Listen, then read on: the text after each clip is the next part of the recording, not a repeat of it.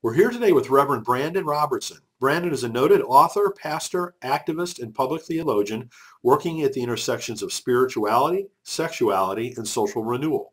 He currently serves as the lead pastor at Metanoia Church, a digital progressive faith community. A prolific writer, he's the author of 7 books on spirituality, justice, and theology, including the Indies Book of the Year finalist award, True Inclusion, Creating Communities of Radical Embrace. His new book is Filled to be Emptied, The Path to Liberation for Privileged People, with Westminster John Knox Press. Brandan has bylines in publications such as Time Magazine, San Diego Union Tribune, the Huffington Post, NBC, and the Washington Post. He's regularly interviewed in national and global media outlets, including NPR, The Independent UK, and the New York Times. In July of 2021, Rolling Stone magazine included Brandan in its annual hot list of top artists, creatives, and influencers who are giving us reason to be excited about the future. Amen. Brandan has taught seminars for San Francisco Theological Seminary and Disciples Seminary Foundation, and currently serves in the faculty of the Lakelands Institute. He served on advisory committees and working groups for the Democratic National Convention, U.S. Department of State, and Department of Health and Human Services, the Humane Society, and in 2020 was named a Fellow of the prestigious Salzburg Global Seminar. He's a founding member of the Union of Affirming Christians and the Global Interfaith Commission on LGBTQ+ Lives. Also, I should say that Brandan's been a featured speaker at our Writing for Your Life conferences, and we've collaborated in several different ways. Brandan was also a contributor to our recent book, How to Heal Our Divides, which we greatly appreciated. In any event, Brandan has done a ton of things, as you can see, at a relatively young age, and you can learn more about his work at brandanrobertson.com, and that's BRANDAN Robertson.com. So Brandan, thanks so much for joining us, and many, many congratulations for all the great work that you've done. Well, thank you so much, and likewise. I'm so excited to be back with you and grateful for all the work that you're doing in the world. Well, thank you, but it is always so much fun and so I don't know, nourishing, to collaborate with you. I really appreciate that. Yeah. So I'd really love for you to tell people about the new church. Metanoia, I think it's just a fantastic model. I was so glad to see that you're doing it. Tell us more. Yeah. Well, really, I was pastoring a church through the beginning of the pandemic, a brick and mortar community in San Diego. And I'd been wrestling with kind of what we were doing as a church for a while. I was getting tired of looking at our finances every week at our church and seeing that a majority of our income was going to fund a building.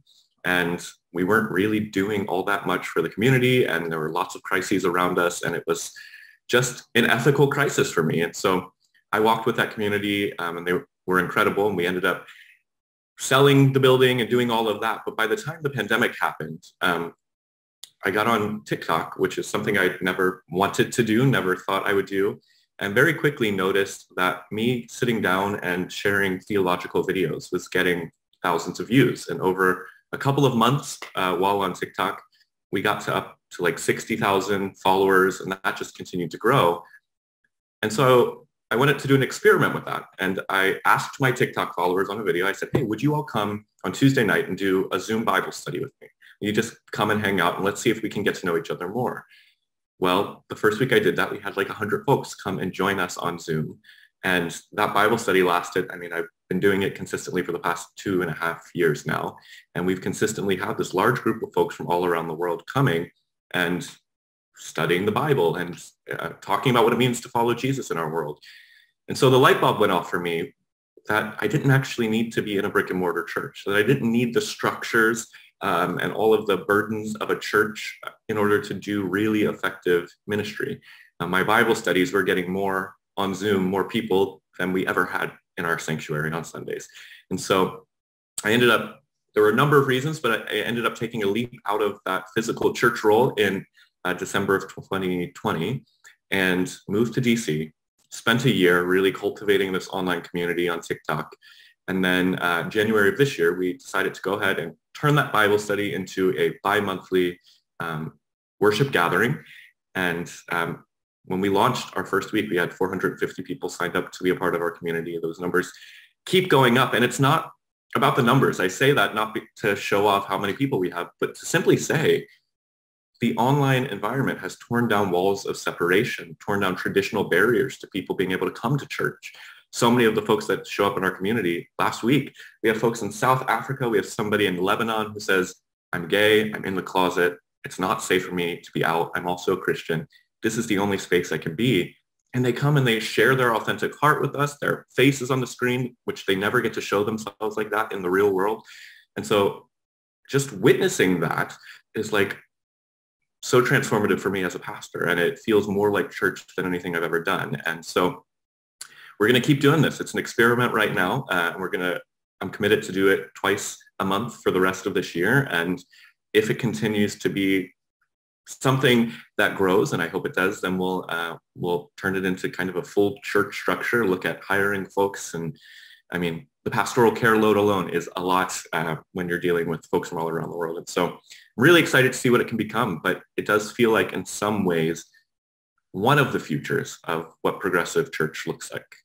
I couldn't agree with you more, Brandon. I mean, I've been thinking this for a while, and the pandemic, as terrible as it was, probably the most positive side effect is what you were saying about breaking down geographical walls with the tools like Zoom that we're using right now available, and people's becoming accustomed to using it to build relationships has allowed us to finally transcend this completely geographic driven world that we used to live in. Yeah. And with the internet gradually moving ourselves out of that into a more boundaryless, if that's the right word, kind of a world. And we're still in a hybrid situation, right? And there's going to be both for a long time, and that's perfectly fine. I mean, I'm still wholly in favor of in-person church, no question about that. But we're going to have both, right? And it's clear which way the pendulum is swinging.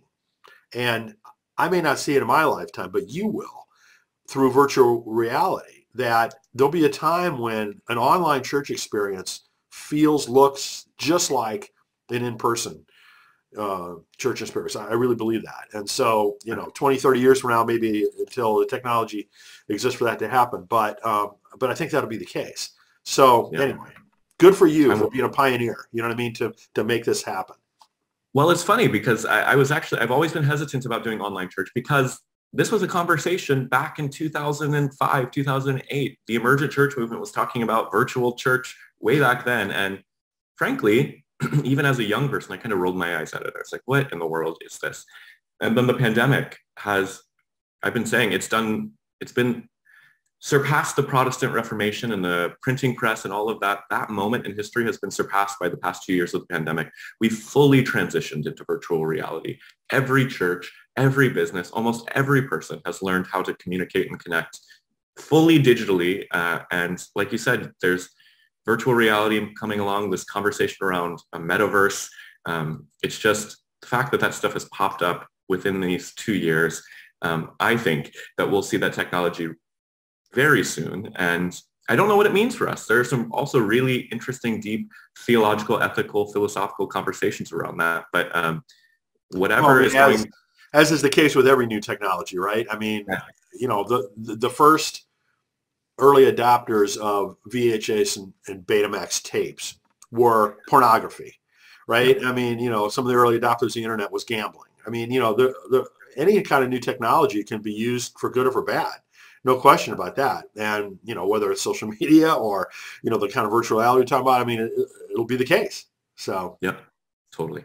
Yeah. It'll be an interesting future. That's the only thing I can predict. But I'm excited for exactly what you said, the opportunity to have our arms wide open to a global community, which has never been possible in human history before. So it's really good.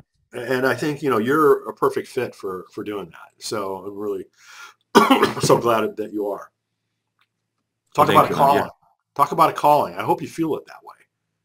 Yeah. I mean, again, like I struggled so much when I stepped away from a brick and mortar church. I still struggled, to be honest, with like, am I really a pastor, right? And that it's not a unique struggle. I've seen so many of my millennial pastor peers quit their churches over the pandemic because they're doing online stuff. And thankfully, a lot of denominations are supporting it. I've seen 2 United Methodist pastors in California leave their brick and mortar churches and be commissioned to do digital ministry full time. But people in the internet world automatically then question credibility, right? Like, well, you don't actually have a church. So there's, again, in the religious world, the ecclesial world, there is a lot of conversation to be had about what does ordained ministry look like and all of that. But you're right. While I've struggled with kind of the identity of pastor being tied to a building and an actual congregation, I do feel all the more called in this moment, mainly as an evangelist, which is a word that always made me squirm. But the amount of people that I see on TikTok say, because of your content,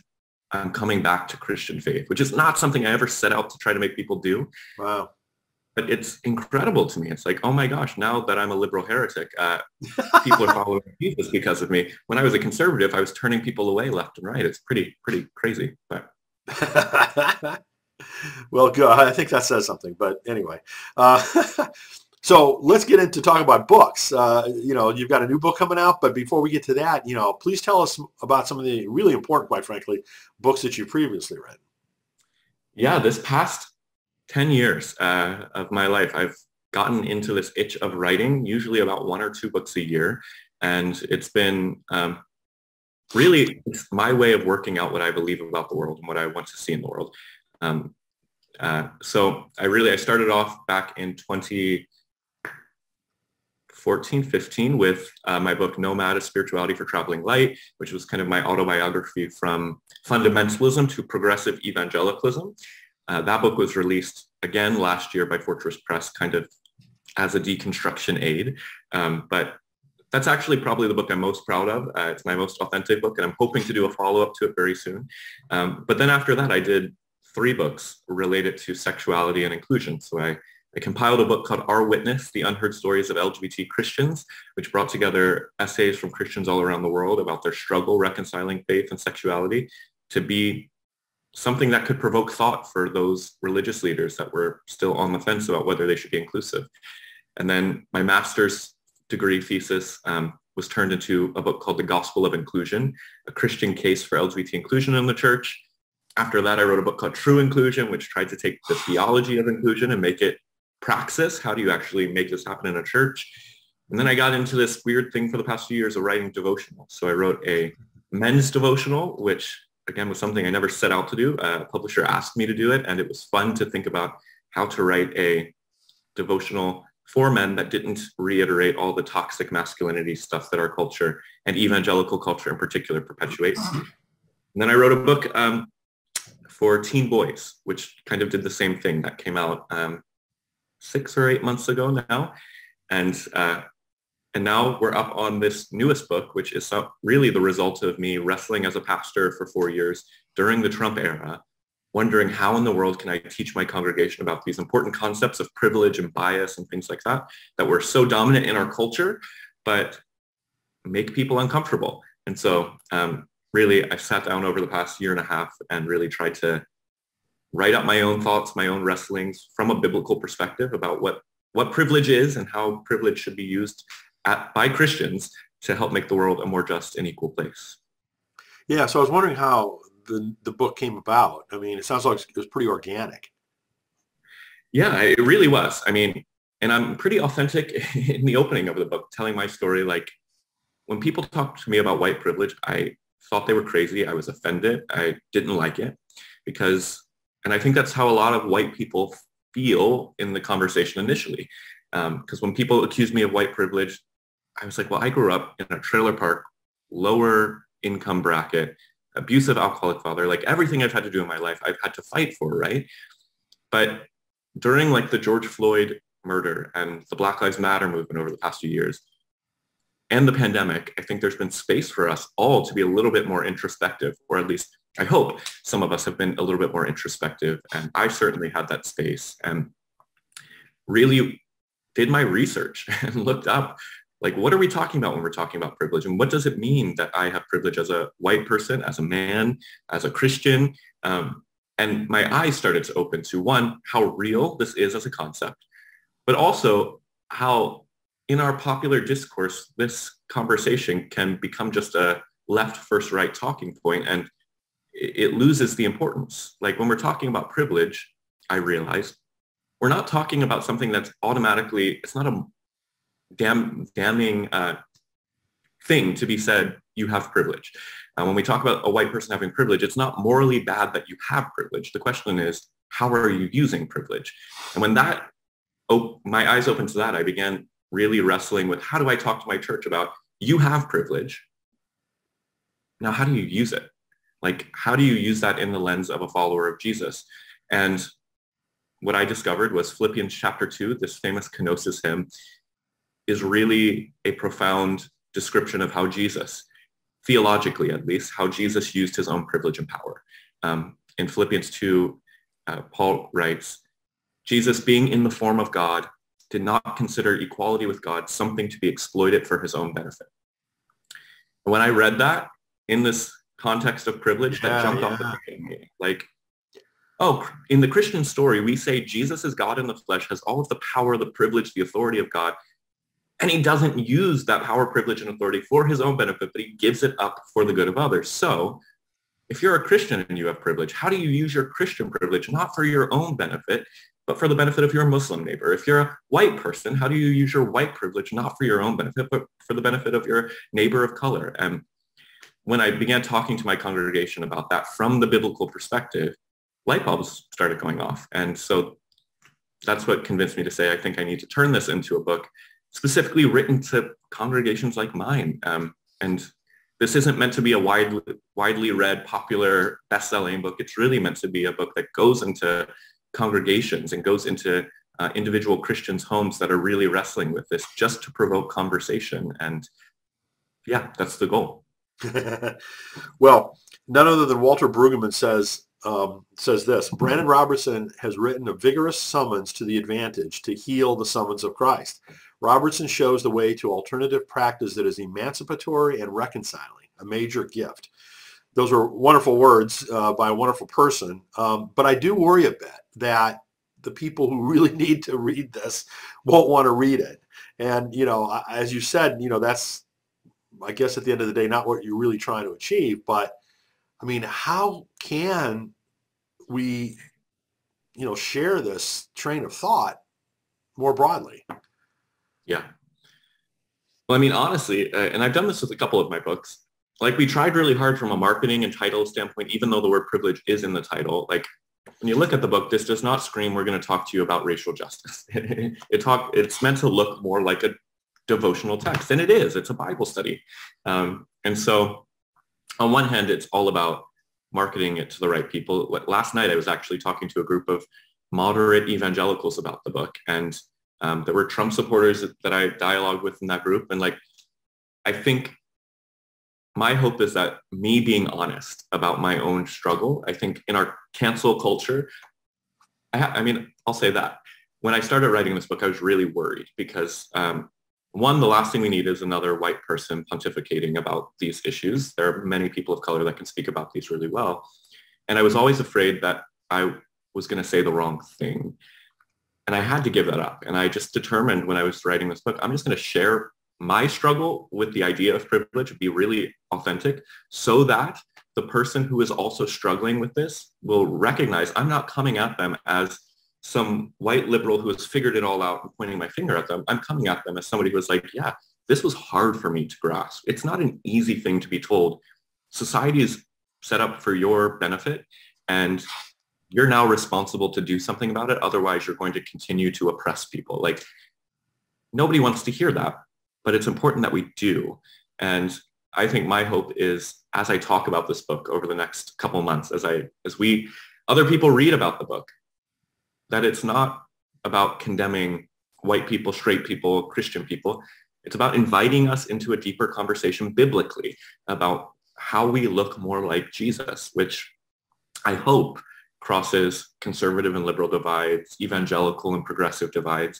And we will see if that happens. But at very least, I also think Martin Luther King talked about the white progressive being a real problem. And I hope progressive churches will at least pick up this book, because there are tons of congregations of white liberals sitting around who still don't want to talk about privilege and still don't understand privilege. And so, yeah.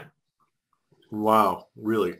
Well, as you and I have talked before, one of the reasons why Frederick Buechner was so widely successful was because he took the same approach that you're talking about, in terms of he told his own story. He didn't tell people what to think. he said, here's what happened to me. Here's what, I went through and how it affected me and what, I came to discern out of that. And, so I'm really glad that, you've adopted that same kind of an approach. I think it's the most powerful way. I hope it works out. Yeah.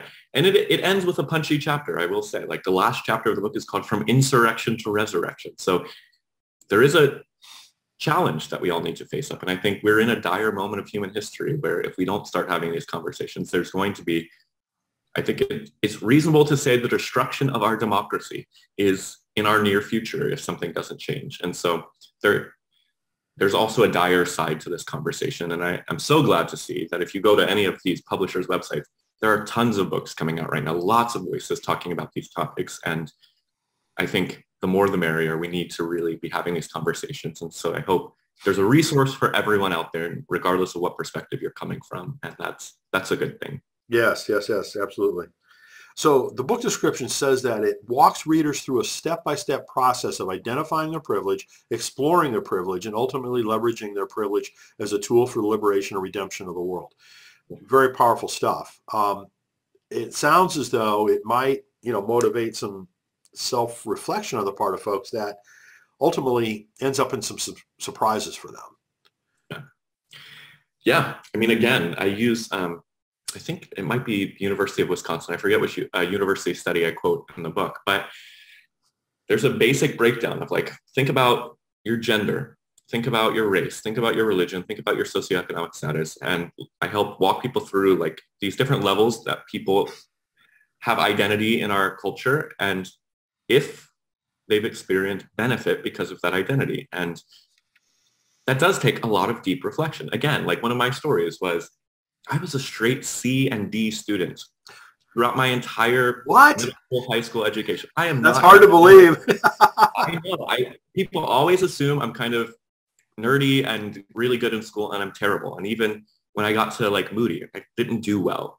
But there was a real moment of reflection. Like, how did I, as a straight C and D student, get into every private college I applied to? Albeit they were conservative Christian colleges, but nonetheless, what's going on there?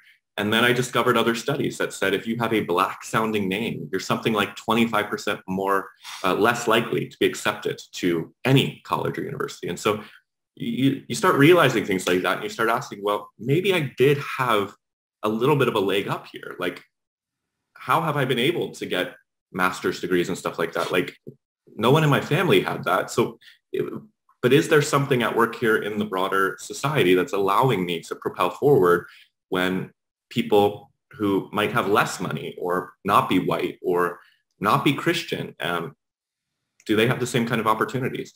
And the answer is no, not in our society. They don't. And so I hope that, again, people will be invited by my own self-reflection into like, maybe, and that some of these questions we'll never know the answers to. I can't prove definitively that I got into my colleges because of me being white.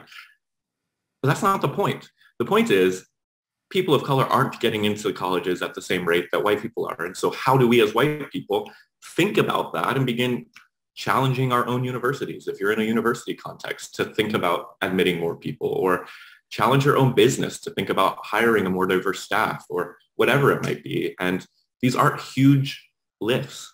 These are simple conversations that people with privilege can have that won't affect their job or their place in a school or their place in a church, but will provoke really needed conversation. And that's really all that is being asked for in this moment. If you hear marginalized communities crying out, what they're asking for primarily, will you all do the work to self-reflect? Will you just stop responding with fear or dismissal and actually just think for a little bit about your own experience and the ways you show up in the world? And if we can get people doing that, I think the action will flow out of that naturally. And I just want to make space in the same way I had space to reflect on these things, make space for other people to reflect on them within the context of a robust Bible study. Like, I think the Bible study is so important to this because this is an imperative to our faith. Privilege isn't a new idea. It's been there throughout the entirety of human history. We're just calling it something different now, but like this is Jesus's whole ministry. And so I really want to help people reform how they see Jesus and what he was doing through this lens. And hopefully that makes this a safer conversation for people to have, because if Jesus was doing it, well, then maybe we can too. What a concept. So as I mentioned earlier, you've already been a prolific author at a relatively young age. Are there any additional projects in the works that you're able to talk about? Yeah, too many projects. So I have a new book coming out in the fall from Orbis called Dry Bones and Holy Wars. And again, it's kind of this idea, it's reflections from my 4 years during the Trump presidency as a pastor, and like looking out at the state of Christianity, looking out at the state of our country, and going back to my faith and saying, what is there hope here? Like, what does our tradition teach us? And so I'm excited to have been working with the famous John Sweeney. I'm sure you know him. Good, yes, absolutely. On that. And then we have a book called Building Your Digital Sanctuary that will come out in the winter, which is a edited volume with a bunch of TikTok pastors and other social media pastors talking about how you do what we do. Oh, nice. And then the goal is, if there's a publisher watching, reach out. In the next 2 years, I really would like to write a follow-up to Nomad, which would be kind of a real memoir of my past decade of life, leaving evangelicalism to now where I am today, identifying as an agnostic Christian, whatever. And I just really want to share that journey because, again, it's a journey so many people are going on. So that's what I'm aiming towards. Good. Oh, really wonderful to hear, Brandan. Thank you so much for, blessing the world with your work, because that's exactly what it is. So Thank you. Again, the title of the new book is Filled to be Emptied, The Path to Liberation for Privileged People. You can learn more about it at brandanrobertson.com. So Brandan, thanks so much for, all of your wonderful work and for joining us to share it with us. We really appreciate it. Thanks for helping me get the word out there. I appreciate it as well.